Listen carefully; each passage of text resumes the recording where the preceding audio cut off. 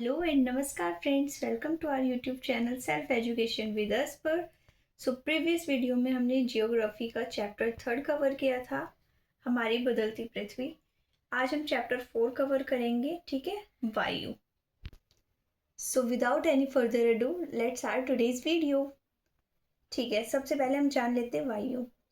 हमारी पृथ्वी चारों ओर से वायु की एक घनी चादर से घिरी हुई है, जिसे वायुमंडल कहते हैं। ठीक है, अब वायुमंडल काफी गैसों से मिलकर बना है, जिसमें से मेन कुछ है: nitrogen, oxygen, carbon dioxide, organ, helium, ozone.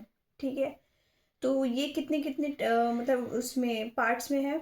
जैसे नाइट्रोजन जो है वो 78%, ऑक्सीजन 21% है, ऑर्गन जो है वो 0.93% है, कार्बन डाइऑक्साइड 0.03% है, बाकी अदर गैसें हैं यानी हीलियम और ओजोन। ठीक है फ्रेंड्स, नाइट्रोजन और ऑक्सीजन जो है वो ऐसी दो गैसें हैं जिनसे वायुमंडल का एक बड़ा भाग बना है। ठीक है, अब पढ़ते हैं ग्रीन हाउस इफेक्ट के बारे में। CO2 यानी कार्बन डाइऑक्साइड जो होती है, सूर्य से आने वाली ऊष्मा को पृथ्वी पर रोकती है और पृथ्वी पर ताप वापस नहीं जाने देती। नेक्स्ट, CO2 का प्रभाव जो है वो पृथ्वी पर ज़्यादा बढ़ जाता है। क्यों? प्रदूषण से यह पृथ्वी का क्या बढ़ा देती है? तापमान बढ़ा देती है, जिसको हम क्या बोलते हैं? ग्लोबल वार्मिंग कहते हैं। ठीक है, यानी वैश्विक ताप वृद्धि। ठीक, इसमें जो है हम एक चक्र की भी संरचना कर सकते हैं, जैसे तापमान में वृद्धि, फिर ठंडे प्रदेश में जमी बर्फ का पिघलना, फिर समुद्र का जल स्तर बढ़ना, देन बाढ़, फिर ऐसा ही होता रहा तो जलवायु में परिवर्तन, और लास्ट, इसलिए CO2 को लिमिट में रखने का प्रयास करना चाहिए, ताकि जो ग्लोबल वार्मिंग है उसमें हम बैलेंस बना के रख सके या कम कर सके। ठीक है, वायुमंडल की संरचना। ठीक है, अब हम इस टॉपिक को कवर करते हैं। ध्रुवों पर सूर्य की किरणें तिरछी पड़ती हैं, तापमान गिरता है तो वायु क्या होती है? ठंडी हो जाती है और भारी होकर नीचे गिरेगी तो ऊंचाई कम होगी। एंड विश्व जो रेखा होती है, सूर्य की किरणें वर्ष भर लगातार क्या पड़ती है? लंबवत पड़ती है, वर्टिकली पड़ती है, तो तापमान बढ़ता है और वायु क्या होती है? गर्म होकर ऊपर उड़ती है, जिससे ऊंचाई की मोटाई ज़्यादा हो जाती है। वायुमंडल की जो वायुमंडल होता है 5 परतों से मिलकर बना होता है। वो 5 परतें कौन कौन सी होती है? जो पृथ्वी की सतह से शुरू होती है: फर्स्ट क्षोभमंडल, सेकंड समताप मंडल, थर्ड मध्य मंडल, फोर्थ वायुमंडल और 5 जो होती है फिफ्थ बहिर्मंडल। ठीक है, अब इन डिटेल्स इन सारी परतों को हम डिटेल्स से जान लेते हैं। फर्स्ट होती है क्षोभमंडल, वायुमंडल की सबसे निचली व महत्वपूर्ण परत होती है। ठीक है, इसकी ऊंचाई जो होती है औसत कितनी होती है? 13 किलोमीटर। 13 किलोमीटर की जैसे ही ऊंचाई पर जाते हैं तो टेम्परेचर क्या हो जाता है? लो हो जाता है, यानी 165 मीटर ऊंचाई पर जाने से 1 सेल्सियस डिग्री में कमी आती है, जिसे सामान्य ताप ह्रास दर कहते हैं। ठीक है, नॉर्मल टेम्परेचर लैप्स रेट। सभी मौसमी घटनाएं जो होती है वो क्षोभ मंडल में होती है। ठीक है, जैसे वर्षा, हिमवर्षा, पवने, मौसम का बदलना एकदम से, ये सब कौन सी परत में होती है? क्षोभ मंडल में। सेकंड है समताप मंडल। क्षोभ जो क्षोभ मंडल होती है उसके ऊपर का जो भाग होता है वो कौन सा कहलाता है? समताप मंडल। यह 50 किलोमीटर की ऊंचाई तक फैला होता है और इसमें ओजोन गैस की परत होती है, जो कि हानिकारक गैसों से हमारी रक्षा करती है। जो भी यूवी रेज होती है, अल्ट्रावायलेट रेज होती है। इसी परत में क्या होता है? हवाई जहाज उड़ते हैं, एरोप्लेन जो फ्लाई करते हैं वो समताप मंडल में करते हैं। ठीक है, 16 सितंबर को ओजोन दिवस भी मनाया जाता है, ये ध्यान रखिएगा क्योंकि ये प्री एग्जाम्स में पूछ लिया जाता है काफ़ी बार। और इस मंडल में 165 मीटर ऊंचाई पर जाने पर, मैंने पहले ही बताया कि 1 सेल्सियस डिग्री में क्या होती है? उसमें कमी आ जाती है, इसमें वृद्धि हो जाती है। और समताप मंडल में तापमान क्या रहता है फ्रेंड्स? स्थिर रहता है, जिसको समताप मंडल को इंग्लिश में बोलते हैं स्ट्रेटोस्फेयर। थर्ड अब पढ़ लेते हैं हम मध्य मंडल के बारे में, यानी मिडोस्फेयर।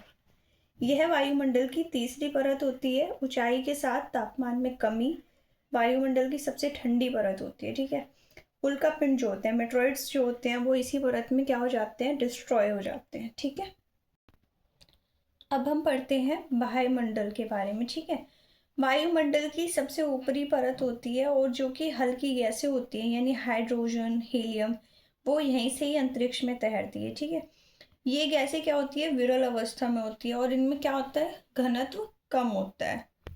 नेक्स्ट हेडिंग है हमारी तापमान। किसी वस्तु की गर्माहट व ठंडेपन का मापन ही तापमान कहलाता है। जो सूर्य से पृथ्वी की ऊर्जा प्राप्त होती है पृथ्वी को, वह सूर्य ताप से है, जिससे हम आपतन भी कहते हैं। ठीक है, दोबारा मैं एक बार रीड आउट कर रही हूँ, आप फिर से समझिएगा। जो सूर्य से पृथ्वी को ऊर्जा प्राप्त होती है वह सूर्य ताप है और इसी से हम क्या बोलते हैं, उसको आतपन भी बोलते हैं।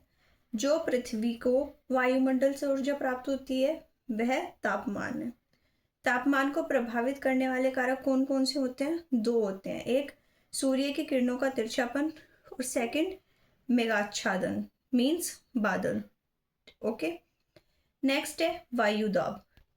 अब हम पढ़ते हैं वायुदाब के बारे में। ठीक है, वायुदाब एकांक क्षेत्र पर लगने वाला वायु भार वायुदाब कहलाता है। प्रति 10 मीटर की ऊंचाई पर जाने से 1 मिलीबार वायुदाब में कमी आ जाती है और सभी स्थानों पर वायुदाब जो होता है वो समान नहीं होता।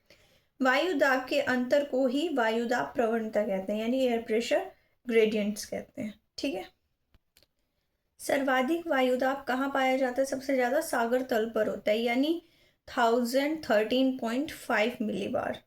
पीजीएफ प्रेशर ग्रेडियंट फोर्स, ये इसका फुल फॉर्म होगा पीजीएफ का। ठीक है, वायुदाब प्रवणता के कारण एक बल की उत्पत्ति होती है जिसको पीजीएफ कहते हैं, यानी वायुदाब प्रवणता या फिर प्रेशर ग्रेडियंट फोर्स।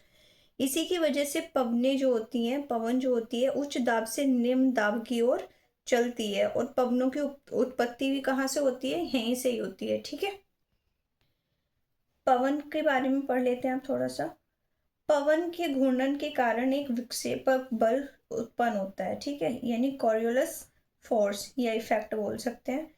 2 टाइप्स पे पड़ता है ये, यानी उत्तरी गोलार्ध में पीजीएफ के लंबवत वह दाई ओर लगता है और दक्षिणी गोलार्ध में पीजीएफ के लंबवत वह बाई ओर लगता है, यानी उत्तरी गोलार्ध में राइट साइड और दक्षिणी में लेफ्ट साइड, जिसके प्रभाव से पवन क्या होता है, मूल दिशा में विक्षेपित हो जाती है। अब इसी के अंतर्गत क्या होता है, वायुदाब पेटी, यानी 2 अक्षांशों उत्तरी और दक्षिणी ध्रुव की जो दो अक्षांशों के बीच की दूरी जो होती है, यह क्षेत्र को वायुदाब पेटी कहते हैं। यह कुल 7 तरह की होती है, यानी 3 उत्तरी गोलार्ध में, 3 दक्षिणी गोलार्ध में और 1 विषुवत पे। ठीक है, अब हम जानकारी लेते हैं पवन। अभी पवन चल रही थी, पवन के प्रकार कितने प्रकार की होती है। फर्स्ट, स्थायी पवनें, यानी वर्ष भर लगातार निश्चित दिशा में जो चलती है उनको क्या बोलते हैं, स्थायी पवनें, जैसे व्यापारिक पश्चिमी व पूर्वी पवनें। सेकंड है मौसमी पवनें, जो ऋतुओं में दिशा बदलती है। भारत में मॉनसून पवन होती है, जैसे मौसम के अकॉर्डिंग पवन चलती हैं। थर्ड होती है स्थानीय पवनें, यानी छोटे क्षेत्र में विशेष समय में, जैसे भारत के उत्तरी क्षेत्र में क्या होता है, गर्म है शुष्क पवन चलती है, जैसे कि लू, जो कि क्या होता है जून या जुलाई के बीच में चलती है। नेक्स्ट टॉपिक है हमारा आर्द्रता, यानी ह्यूमिडिटी। किसी वायु में उपस्थित जल वाष्प की मात्रा को क्या बोलते हैं, आर्द्रता बोलते हैं। अब इसमें 3 टाइप्स हम पढ़ लेते हैं, जैसे फर्स्ट, आर्द्रता क्षमता। एक निश्चित तापमान पर किसी वस्तु द्वारा जल वाष्प धारण करने की क्षमता को क्या बोलते हैं, आर्द्रता क्षमता होते हैं, यानी ह्यूमिडिटी कैपेसिटी किसके प्रोपोर्शन में होती है, ये भी हम देख लेते हैं, टेम्परेचर की। ठीक है, ह्यूमिडिटी की कैपेसिटी किसके प्रोपोर्शन होती है, टेम्परेचर की। सेकंड हो गया निरपेक्ष आर्द्रता, एकांक आयतन में उपस्थित जलवाष्प की मात्रा। सापेक्ष आर्द्रता, ठीक है, जिस तापमान पर किसी वस्तु की सापेक्षिक आर्द्रता 100% हो जाती है उसको औसांक बिंदु कहते हैं। और सापेक्ष आर्द्रता का जो फॉर्मूला होता है वो होता है RH निरपेक्ष अपॉन में आर्द्रता। सापेक्ष आर्द्रता का फॉर्मूला RH = AH अपॉन में HC, यानी ह्यूमन कैपेसिटी इंटू 100%। ठीक है, सो आई रियली होप कि इस चैप्टर 4 की जो वायु है, वायु का जो चैप्टर है, इसकी सारे टॉपिक्स आपको क्लियर हो गए होंगे। ठीक है, सारे जो हमने टॉपिक्स है वो अच्छे से एक्सप्लेन किए हैं, डीपली एक्सप्लेन किए हैं। तो हम मतलब नेक्स्ट वीडियो में मिलते हैं। वीडियो को लाइक करें, शेयर करें, सब्सक्राइब करें and don't forget to hit the bell icon. Thank you so much.